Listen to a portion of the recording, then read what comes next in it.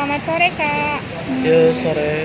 Apakah saya bisa meminta waktunya untuk sebentar diwawancarai? Iya, boleh.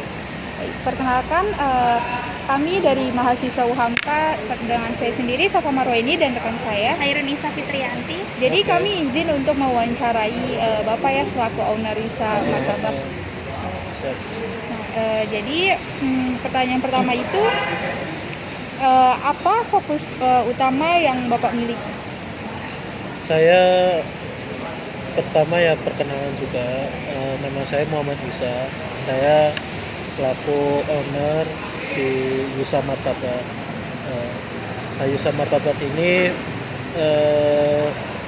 bergerak di bidang restoran atau semi food court, melayani makanan martabak, manis dan telur. Fokus utama itu. Jadi ya memang yang saya jual ya variasi dari martabak telur dan martabak manis.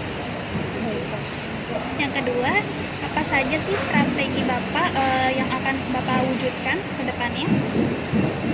Kita kan berpacu dengan kondisi sekarang, saat COVID dan keadaan ekonomi lagi menurun, daya beli masyarakat juga menurun. Seperti itu sih kendalanya. Dan kita juga untuk tempat yang kita pakai kan namanya food court. Untuk masyarakatnya kan jarang untuk langsung datang ke food court, jadi memang itu kendalanya sih. Dari segi daya beli masyarakat sih yang paling utama menurut seperti itu. Menurut Pak Yusa, apa aja sih nilai yang terpenting di dalam usaha Bapak ini? Yang terpenting untuk di saya usaha martabak ini ya keseriusan sih dalam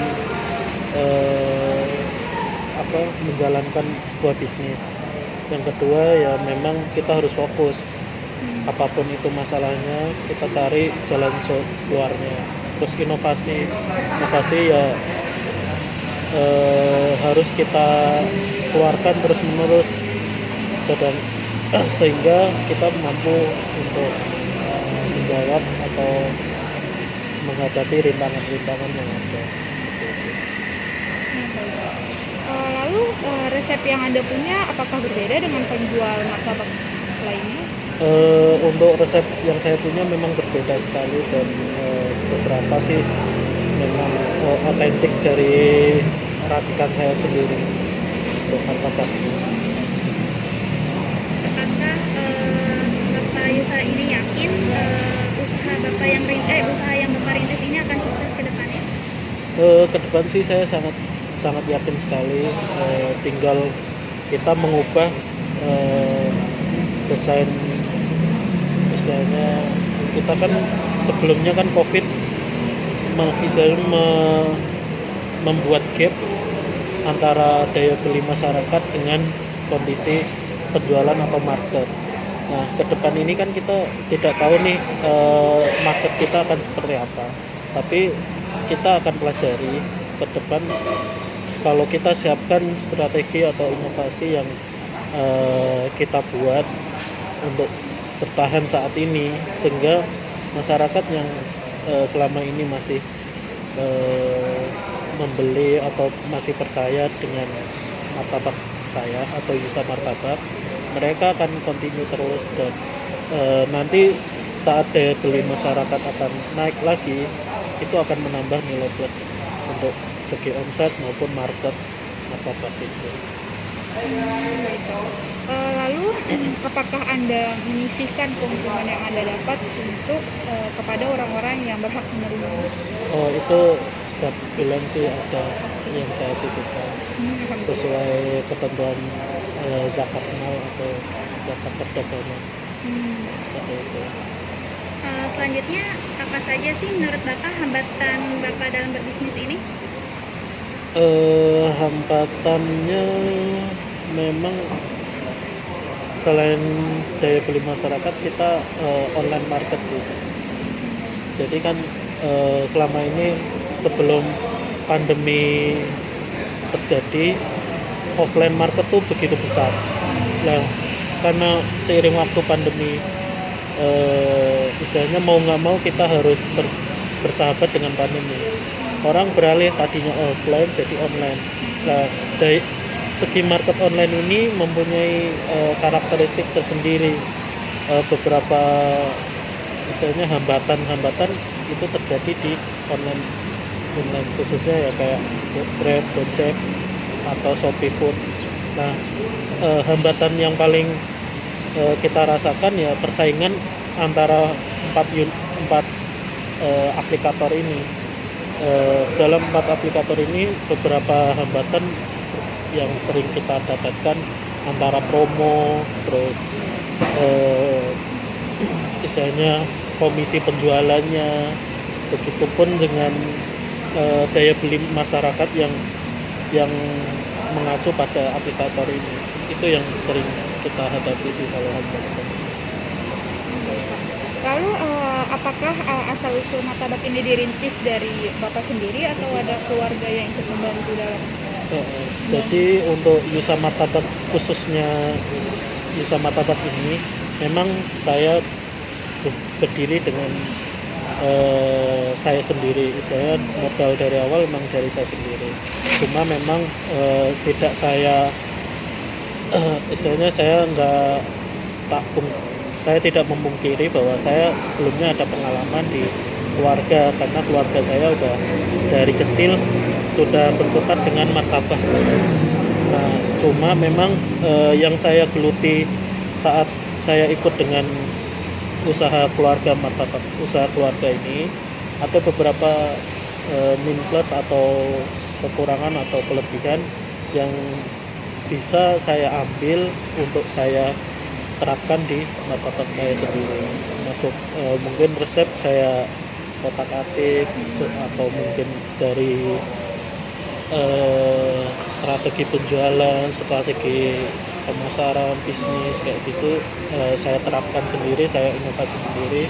Karena namanya usaha keluarga kan kita tidak bisa membuat suatu keputusan itu berdasarkan kita sendiri. Tapi kalau usaha kita yang kita pegang, kuasa di kendali kita, enak.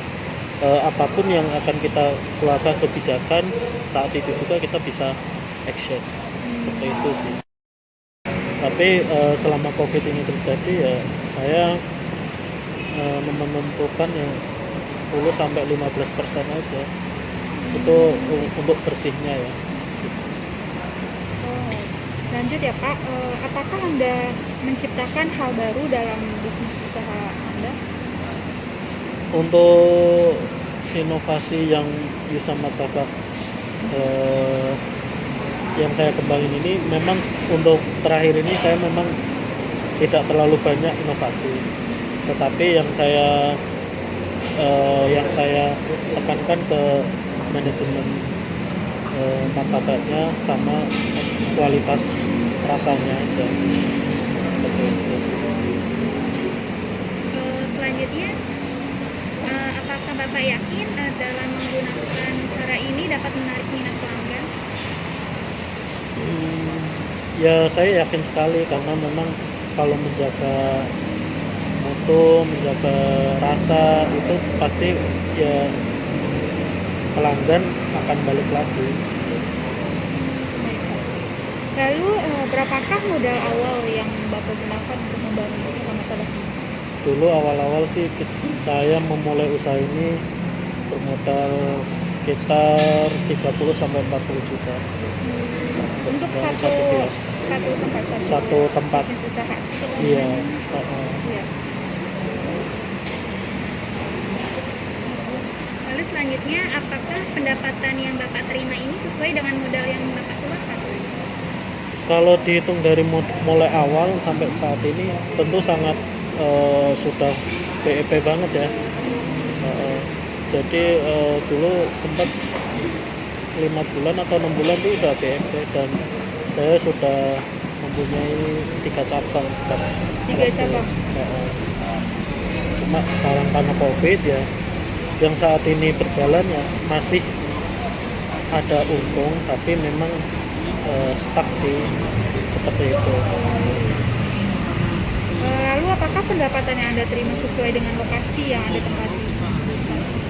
Ya saat ini sesuai sih, masih sesuai.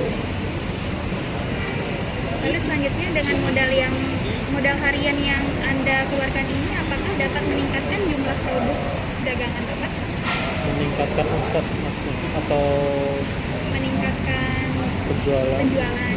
Ya kita meningkat sih tidak, karena memang daya beli masyarakat ini masih cenderung masih labil di angka rendah, ya nggak selalu tinggi. Ada beberapa kali omset itu tinggi karena mungkin di faktor gajian atau faktor mungkin mereka ada diskon yang gede, seperti ada online ada promo gede-gedean, kita ikut, omset akan lonjak. Tapi saat semua diskon hampir rata, omset standar, seperti itu. Jadi memang ada waktu-waktu tertentu sih. Lalu pertanyaan terakhir ya Pak, pendapatan yang Anda terima apakah sesuai dengan jam kerja yang Anda butuhkan saat ini? Sebenarnya saya masih belum puas sih, karena memang harusnya sih bisa tinggi ya, cuma memang saya kembali lagi memaklumi karena memang daya beli masyarakat itu rendah. Ya masih sesuai sih.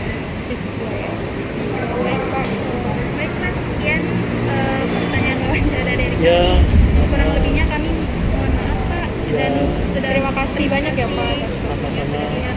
Ya, saya ucapkan terima kasih, semoga kedepannya sukses. Amin. Bermanfaat juga pengalaman saya, semoga seperti itu. Baik Pak, terima kasih. Assalamualaikum.